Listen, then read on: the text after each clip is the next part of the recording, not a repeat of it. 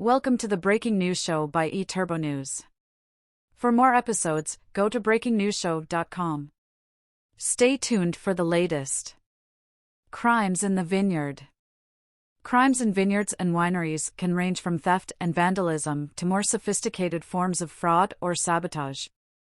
Specific data on the number of crimes perpetrated specifically in vineyards and wineries in the USA is not readily available. Crime statistics typically categorize offenses by type, example, theft, vandalism, fraud, rather than by location, making it challenging to isolate incidents occurring specifically in vineyards and wineries. Vineyards and wineries, like any other business or agricultural operation, can be subject to various types of crimes, including theft, vandalism, fraud, and environmental violations. The prevalence of these crimes can vary depending on factors such as the location of the vineyard or winery, local crime rates, security measures in place, and the economic value of the assets involved. Grape theft. The theft of grapes from vineyards, often referred to as grape rustling, results in significant financial losses for vineyard owners and the wine industry. The exact amount of money lost annually can vary greatly depending on the region and the scale of thefts. Equipment theft. Machinery and equipment used in vineyards, such as tractors, irrigation systems, or fermentation tanks, can be valuable targets for thieves. Vandalism. Vandals may damage grapevines, irrigation systems, or other property in the vineyard, leading to loss of crops and costly repairs. Wine theft. Once wine is produced and stored in wineries, it becomes a target for theft. This can occur at various stages, from the fermentation process to the storage of bottled wine. Sabotage. Competitors or disgruntled individuals may sabotage vineyards or wineries by introducing pests, contaminating equipment, or damaging infrastructure. Employee theft. Employees may steal grapes, wine, or equipment from the vineyard or winery where they work. This can occur at any stage of production and distribution. Stop crimes. To combat these crimes, vineyard and winery owners often invest in security measures such as surveillance cameras, fencing, and alarms. They may also implement inventory tracking systems and conduct regular audits to prevent theft and fraud. Additionally, collaboration with law enforcement and industry organizations helps to identify and address security threats.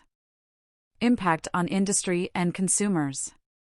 Fraudulent practices and other crimes not only harm consumers who may unknowingly purchase counterfeit wines or pay higher prices for their wines to offset expenses in the vineyard and wineries, but also affect legitimate producers and regions.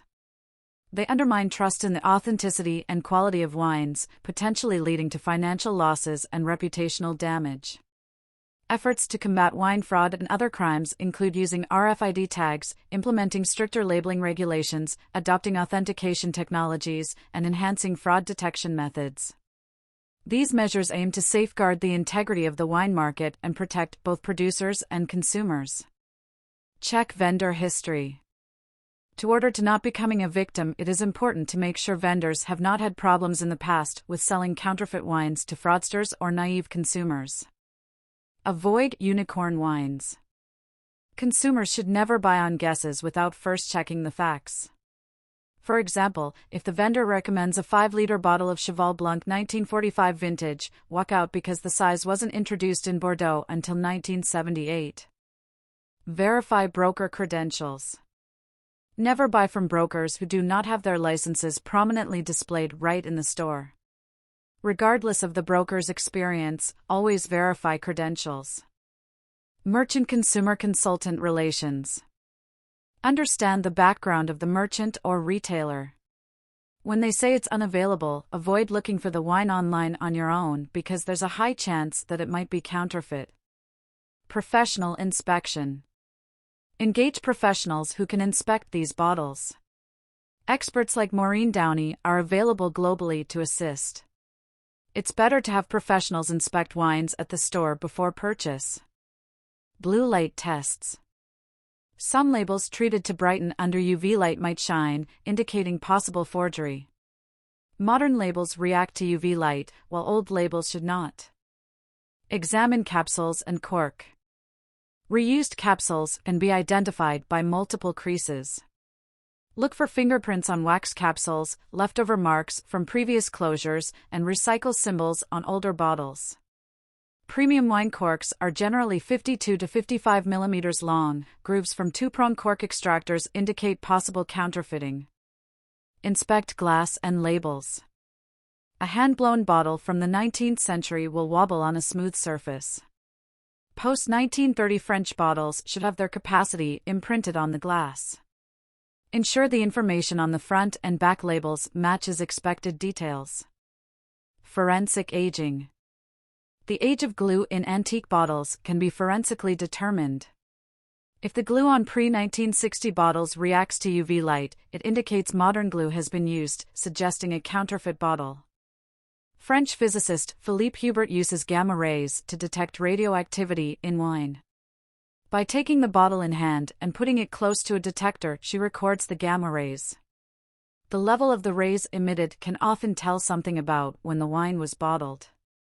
Toolkits are available to forensically examine bottles and include razor blades, magnifying glasses, jeweler's loupes, flashlights, and blue lights.